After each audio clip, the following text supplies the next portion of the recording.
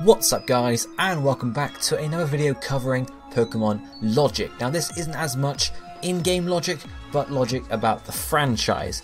It's a bit of a different video. I wanted to make it at one point and I felt like it fit under the Pokémon Logic name. This is only the second video I'm making under the name, of course, but why not, you know? So today we're talking about basically why we might be seeing the end of sequels of Pokemon games. Now when I say sequels, I mean games like Yellow, Crystal, Emerald and Platinum. We have similar sequels in Black 2 and White 2, although they're not direct, so it's a bit different there. So sequels being a remake basically of a new game as a sequel. So not a remake of an old game, a sequel to a new game. So obviously with Platinum being the sequel to Diamond and Pearl, it's not a sequel as such the chronological movement, it's simply just the game reinvented with a new storyline or a similar storyline and changes made to make it better. Basically the main reason I'm making it is the sequels might be the end, we might not be seeing them anymore.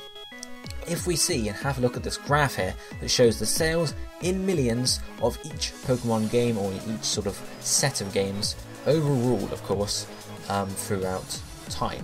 So we have red, blue and green obviously being red and blue and then green from Japan, yellow, gold, silver, crystal, ruby and sapphire, emerald, fire and leaf green, diamond and pearl, platinum, heart gold and soul silver, black, white, black 2, white 2, X, Y and Oras. And you can see this graph in its chart, as it obviously has an overall downward trend with the earlier games selling better than the later games, mainly because they were obviously released longer ago, so they've been on sale for longer, but also because obviously red and blue were like the epitome of Pokemon, they were amazing sort of thing. There's a general downward trend, but you can see there's a dip after each large spike. So yellow has a dip, crystal, emerald and platinum. Obviously I said black 2 and white 2 are slightly different, but you can see it's a similar trend there. So basically what you can see here is, yes, okay, red, blue and green are maybe 3 games divided, but they sold over 30 million each, which means there's at least 10 million there. Yellow, yes, it sold over 10 million copies itself, so it's fairly similar in sort of sale rate there, amount is total sold, but you have to think about the differences between red, blue and yellow. There are several differences, storyline differences in the game itself. I think there were some improvements as well in yellow, but what we want to look at is how much effort a sequel takes to make compared to how much effort, compared to how much it actually makes. Because obviously new generation games like Sun and Moon, which are coming out later on this year, they do take a lot of effort because they have to, in some cases redo the engine they run on, and obviously it's a whole new region to cover. Whereas sequels, yes, okay, there's less work involved, but it is still some work, and with them not producing as much, as much profit, then it might be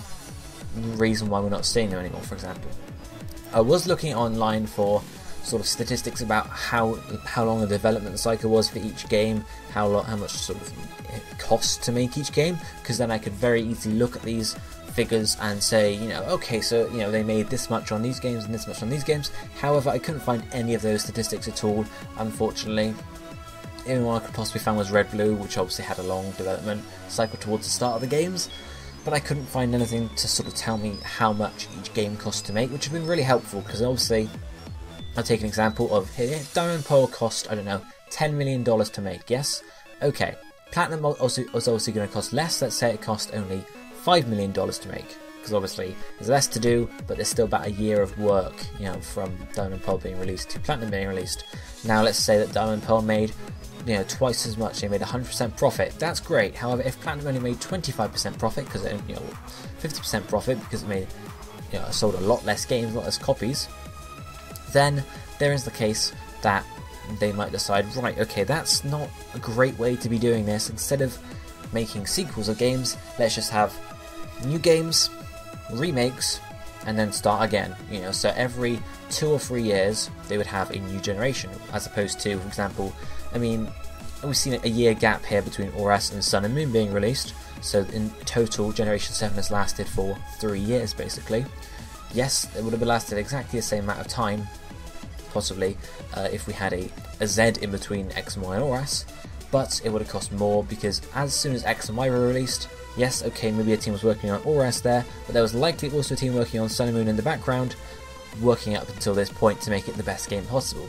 Whereas if we had Z, maybe that second team would have to work on Z until it was complete, then all else would happen, and then, you know, the Z or the Sun and Moon team would have only been working on Sun and Moon since the release of Z, which would have been about 2 years ago. So instead of having a 3-year development cycle for it, it's only got 2 years, which means the games would likely be less quality, lower quality, you know, designs of Pokemon might be worse, stuff like that. So I know this isn't a greatly sort of structured video, it's just a short video as to why we might be seeing, you know, the decline of sequels in the future, the death of sequels in the future. Now, another sort of point to make, yes, okay, the higher bars after the games that came out together, for example, Diamond and Pearl, there are 2 games in case of that. Diamond is 1 game, Pearl is another. Yes, however, they are very similar games in their making. They use exactly the same engine, graphics, everything. The only difference in the 2 games are that Dialga is in one and Palkia is in the other.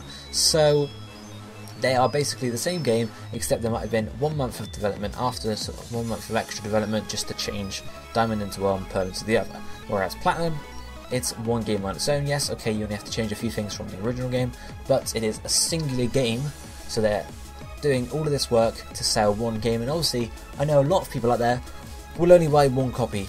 You know, Sun and Moon, some people will get Sun, some people will get Moon, but some people will buy both.